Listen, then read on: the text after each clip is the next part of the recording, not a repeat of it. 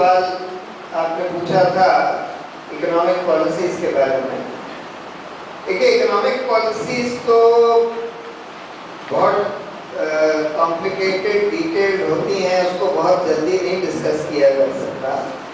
Broadly मैंने बता दिया कि हमारी इकोनॉमिक पॉलिसीज एक तरह से कह सकते हैं कि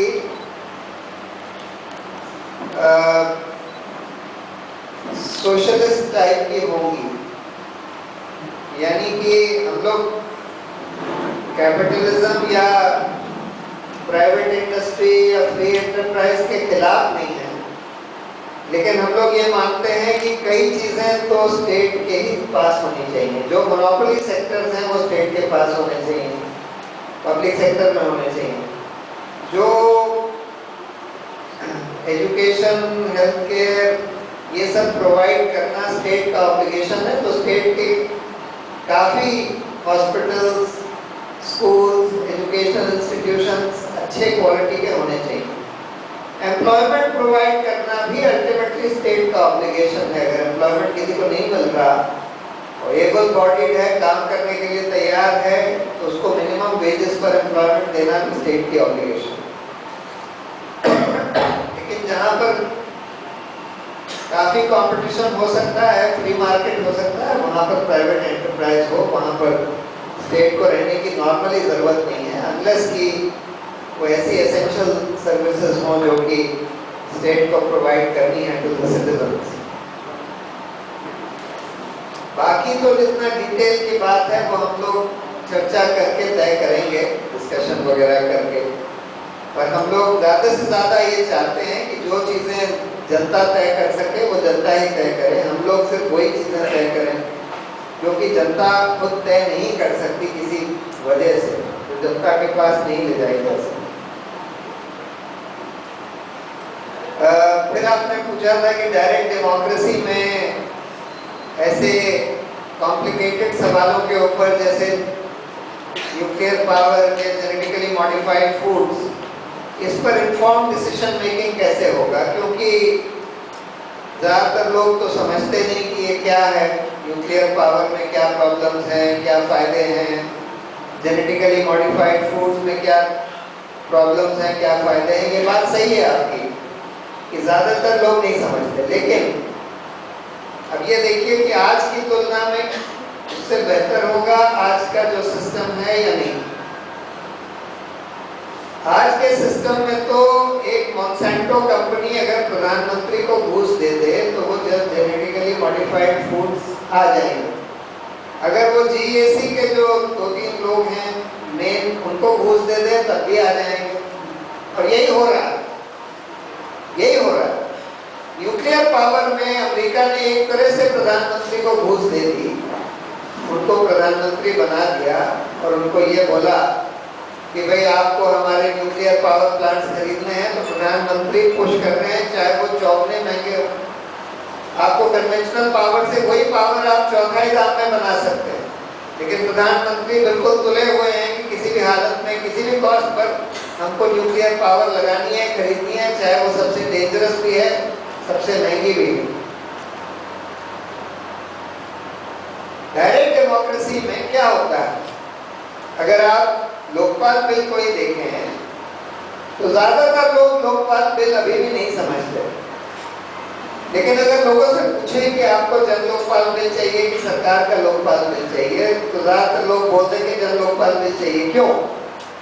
नहीं समझते फिर भी बोल देंगे। क्यों बोलेंगे? इसलिए बोलेंगे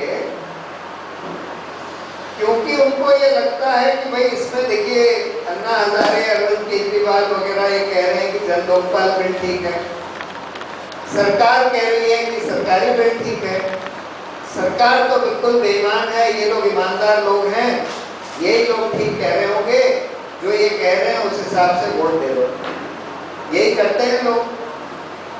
जब अपने रिप्रेजेंटेटिव के लिए भी वोट करते हैं तब भी बहुत सारे लोग नहीं जानते कि ये कौन आदमी है, ये भी नहीं जानते कि ये पार्टी किस चीज़ के लिए स्टैंड करती है, लेकिन उनका एक ब्रॉड अंडरस्टैंडिंग है कि अच्छा कांग्रेस पार्टी या बीजेपी से तो बेटर है, या बीजेपी कांग्रेस से तो बेटर है वगैरह, उस हिसाब से वोट कर देते हैं।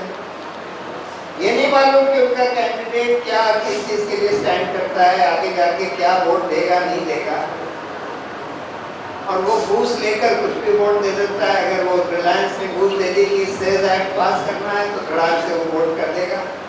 तो इसलिए उस सिस्टम से तो ये बेहतर ही है डायरेक्ट डेमोक्रेसी। चाहे ये जरूर प्रॉब्लम है कि सब लोग नहीं समझेंगे बहुत सारी चीजें। दूसरा आपने पूछा था कि लोग वोट जो है कास्ट और कम्युनल बेसिस पर देते हैं, उसको हम लोग कैसे अवॉइड करेंगे।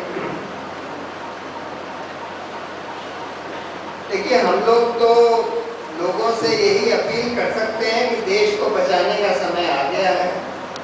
अगर आप इसी तरह से वोट देते रहे कास्ट के बेसिस पर, कम्युनिटी के बेसिस पर, तब तो आपका देश खत्म हो गया और हम सब मारे जाएंगे, इसमें कोई नहीं बचेगा। इसलिए ये मैसेज अगर हम कम्युनिकेट कर पाए तब तो हम लोग जीतेंगे, अगर नहीं कम्युनिकेट कर पाए तो नहीं जीतेंगे। एक सवाल था कि ये खाप पंचायत का आपने पूछा था कि इसका क्या करें कि खाप पंचायत जो है लोगों की बच्चों की शादी कर देती है 16 साल की उम्र में जबरदस्ती वगैरह वगैरह। तो ये तो कानून के खिलाफ है। कानूनन 18 साल से कम उम्र में किसी लड़की की शादी नहीं हो सकती और खाप पंचायत किसी के ऊपर दबाव भी नहीं डाल सकती कानून के हिसाब से। आज कानून का पालन नहीं किया जा रहा है क्योंकि ये सारी इंस्टीट्यूशन, पुलिस भी उन लोगों से मिल जाती है, कोई पुलिस की कोई जवाबदेही होती नहीं जनता के प्रति। बाकी ये जो ह्यूमन राइट्स इंस्टीट्यूशन वगैरह हैं ये भी सब गड़बड़ा गई हैं, नाकाम हो गई हैं। उनको ठीक करना पड़ेगा। उनको ठीक करने के लिए कई सारी चीज़ें करनी पड़ेंगी। बेसिक स्ट्रक्चरल रिफॉर्म्स इन सब के करने पड़ेंगे, तो वो हम लोग करेंगे। एक सवाल ये था कि भाई डायरेक्ट डेमोक्रेसी कैसे होगी लोकल लेवल पर, गांव में लोग कैसे तय करेंगे चीज़ें। वो तो आपस में झगड़े होते हैं, अलग अलग लोगों की अलग अलग राय होती है। लेकिन ग्राम सभा तो ट्राइबल सोसाइटीज में होती थी, वहाँ ये सब चीज़ें, तरह तरह की कॉम्प्लिकेटेड चीज़ें बातचीत करके तय करी जाती थी। बहुत सारे देशों में इस तरह से हो रहा है लोकल लेवल पर। आपस में जब आप बैठते हैं, बातचीत करते हैं, तो बहुत सारी चीज़ें डिस्कशन से, कभी कभी झगड़े भी होते हैं, थोड़े बहुत झगड़े हुए, लेकिन ज़्यादातर चीज़ें निपटा ली जाती हैं, तय कर ली जाती हैं और ठीक तरह से तय हो जाती हैं इस तरह के ग्राम सभा में। और ज़्यादा इतनी प्रॉब्लम नहीं होती जितनी लोग सोचते हैं। खैर, ऐसी जनसभा तो ग्राम सभा के लेवल पर हो सकती है, उससे बड़े लेवल पर, ब्लॉक्स वगैरह के लेवल पर नहीं हो सकती। सब लोग एक साथ नहीं बैठ सकते। उसके लिए तो हम लोगों को कुछ वोटिंग करानी पड़ेगी, चाहे ब्लॉक के लेवल पर, डिस्ट्रिक्ट, स्टेट और नेशनल लेवल पर। जो ज़्यादा बड़े लेवल के मुद्दे हों वहाँ तो वोटिंग से ही तय हो सकता है। उसका एक सिस्टम बनाया गया है जिसको इनिशिएटिव्स एंड रेफरेंडम्स कहते हैं।